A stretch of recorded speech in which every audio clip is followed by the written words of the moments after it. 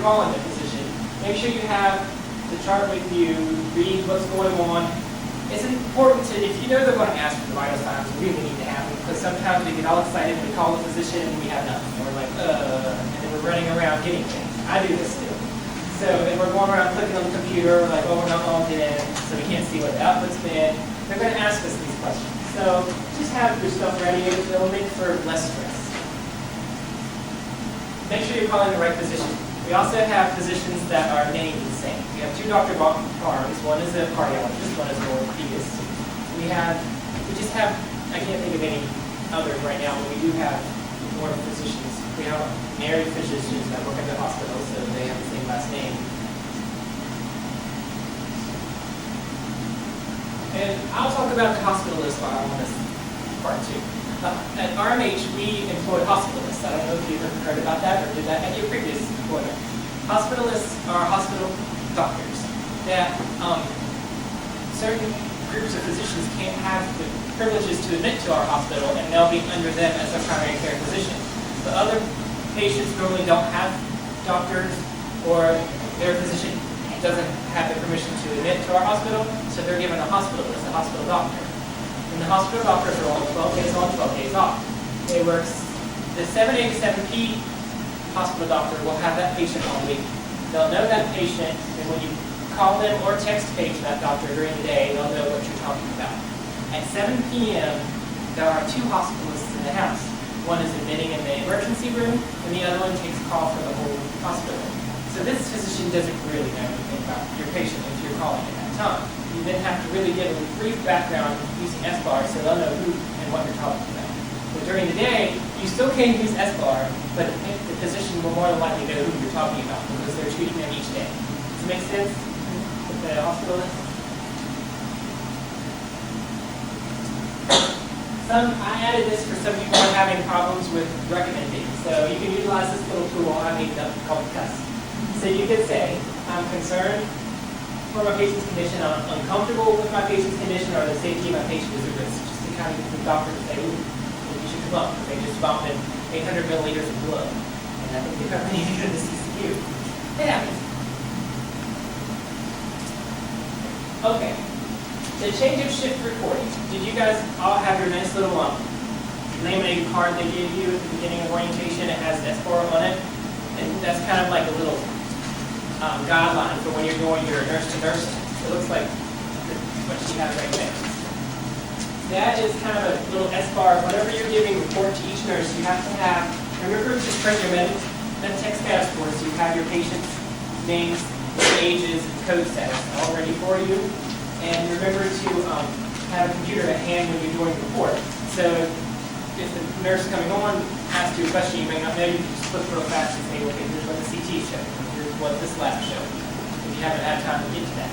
So having a computer, even though this just started, having a computer with us during change of shift report, but I know a lot of people were against it, but it actually does make it nice because you can just go, well, I forgot to, well, they haven't urinated for 12 hours, I better check on that before I leave because you might not notice things when the computer is there.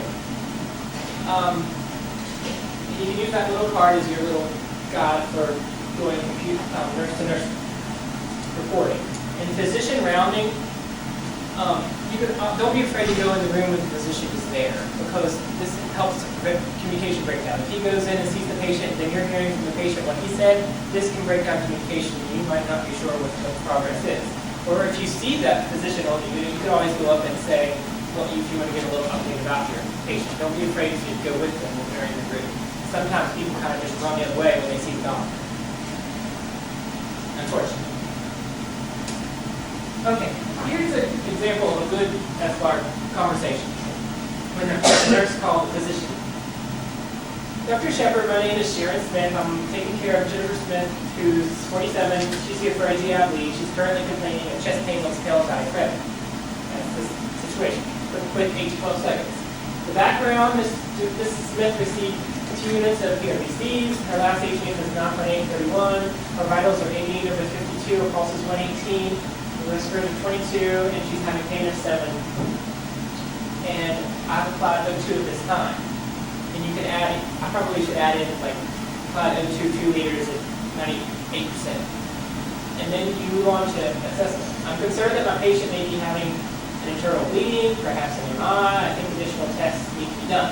Now, once you become the assessment, if you don't even know what's going on, you don't have to say, I think my patient's having an MI or whatnot. But on the recommendation, then you're saying, I would like to order an EKG, a CKD credit, H&H, and something for the pain. You come up and evaluate her right away. Do you have any questions for me? So a nice big in leaves it open. The physician doesn't feel like he's been cut off and doesn't be needed, but you kind of said everything he's probably going to order. So, does anybody have any questions about that? Okay. All right, I'm going to show you a quick video about scenarios, and these are just actors. So, her recommendation is a little interesting. You can get an idea of what it's like whenever they're giving a report and there's just no communication, and it's just frustrating. Doctor, I need to talk about Johnson at 14. What seems to be the problem? Well, he was admitted last night because he banged his head at work. He's a carpenter, and they were installing these new cabinets at some office downtown.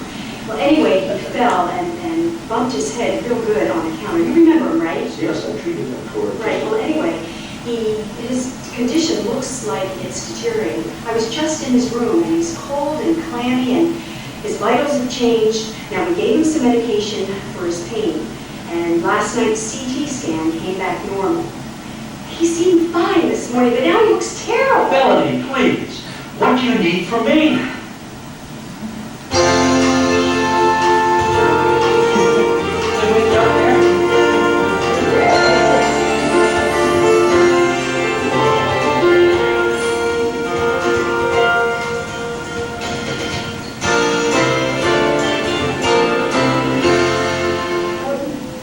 What information is relevant in this situation?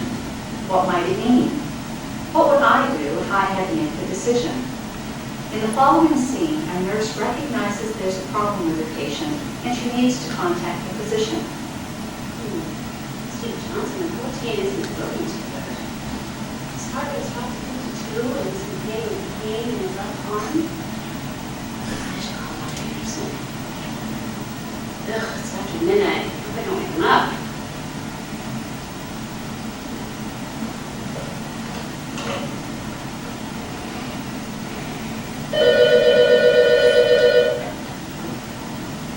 Hello? Dr. Anderson? Hi, this is Anita. I'm taking care of a patient of yours, Andrew Johnson. He was admitted a couple of days ago because he fell at work and he hit his head on a cabinet. Do you remember him? Anyway, I was checking in on my patients earlier tonight, and when I walked into his room, he didn't look too good at all.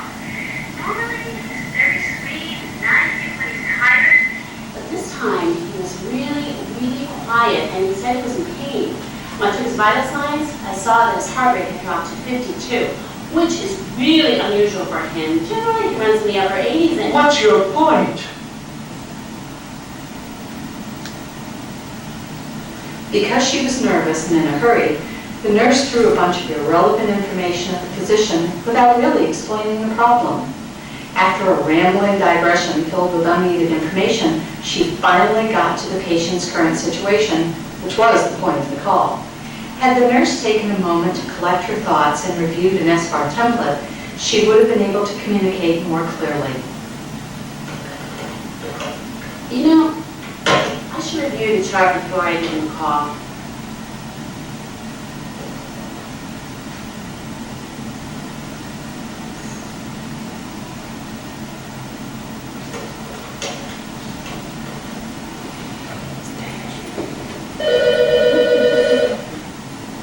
Hello? Dr. Anderson, this is Nurse Anita Sacco. I'm calling about your patient, Andrew Johnson.